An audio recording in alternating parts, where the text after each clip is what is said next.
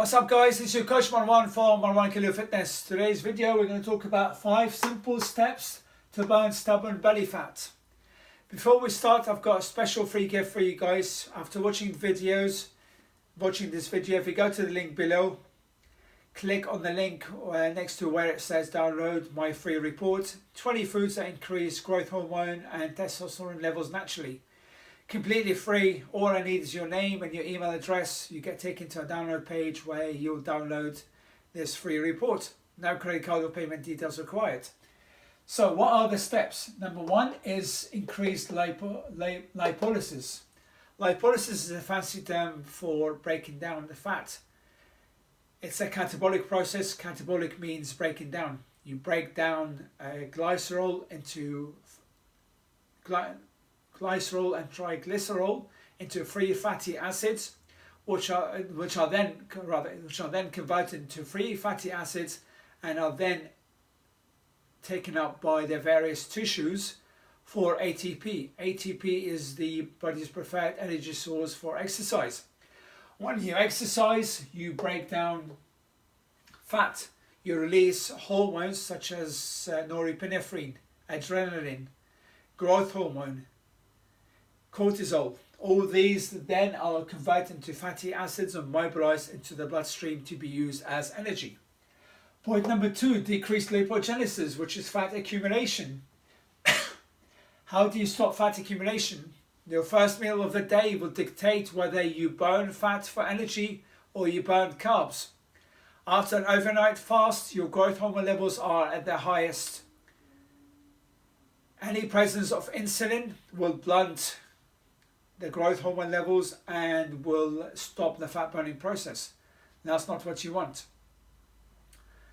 This is not an attack on the carbs, but insulin can be your best and worst enemy if you don't know how to use it. So instead of using carbs all the time, your first meal of the day should comprise of protein and fat, and then use your carbs in and around your workout when your body needs it most. So for me, I train in the morning. I like to have protein and fats for breakfast. I have fried eggs, mixed egg whites with normal eggs, and have either a mixture of nuts or an avocado in the morning, and I go and train. I leave my carbs for when the body needs it most. Number 3, burn free fatty acids with the correct exercise.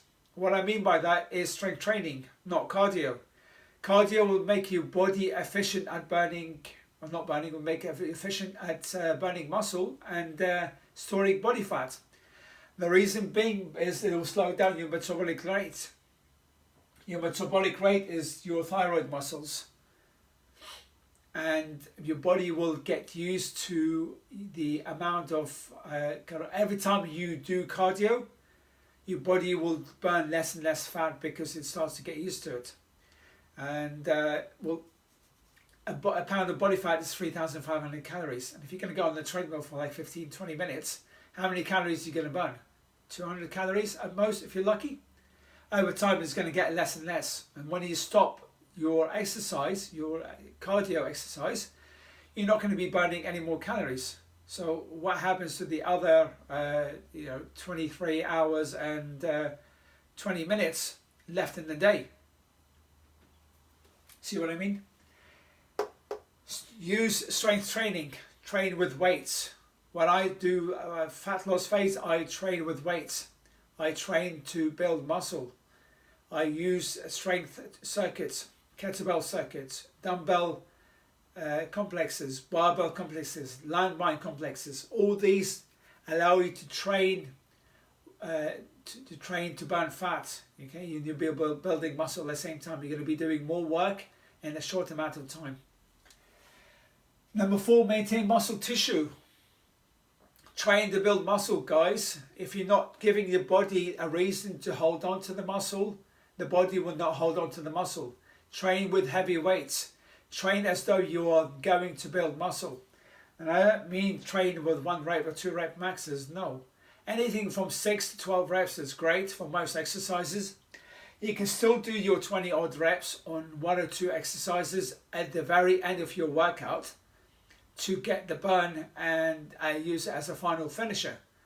I use this at times where I'm training chest or I'm training tricep, and I do a set of 50 on the rope push down to mobilize to get more fuel into the muscles. But after that, the muscle is completely finished. So I don't do that when I'm training regularly. I do that after, or rather, I'll do that after I've trained tricep already. So I use that as a final finishing exercise. Muscle is very caloric dense for the body. It'd rather not have any muscle than have muscle, because it means it's going to burn a lot. It's going to use a lot more calories to maintain that muscle tissue. So when you want to maintain the muscle tissue, you've got to have a lot more protein. You've got to up your protein, and you've got to decrease the other calories slowly. Protein is the most thermogenic ingredient. Micronutrient, rather, not ingredient, most thermogenic micronutrient. Point number 5, maintain metabolic rate and optimal hormone function. Metabolic rate is your metabolism. Your metabolism is controlled by your thyroid muscles. T3, T4, and HSL, which is hormone sensitive lipase. Optimal hormone function comes from leptin. Leptin is a master hormone that controls this. So leptin controls this one. When leptin is low, this one gets lower. Oops. Those levels get lower. Leptin slows down, rather leptin levels go back to baseline around about 50% after 3 to 5 days of dieting. So what people do when they try to lose fat, they cut the carbs altogether. They think that carbs are enemy, but carbs are important for your thyroid and they're important for your leptin levels. So how do you maintain optimal hormone function while still dieting down? Well, this is where advanced techniques come into place. You can use stuff such as calorie cycling, carb loading, etc. Hope this was helpful, guys. Please leave me a comment on what you want to watch next, and hit the like button and share this with your friends and family. And we'll talk soon. See you again.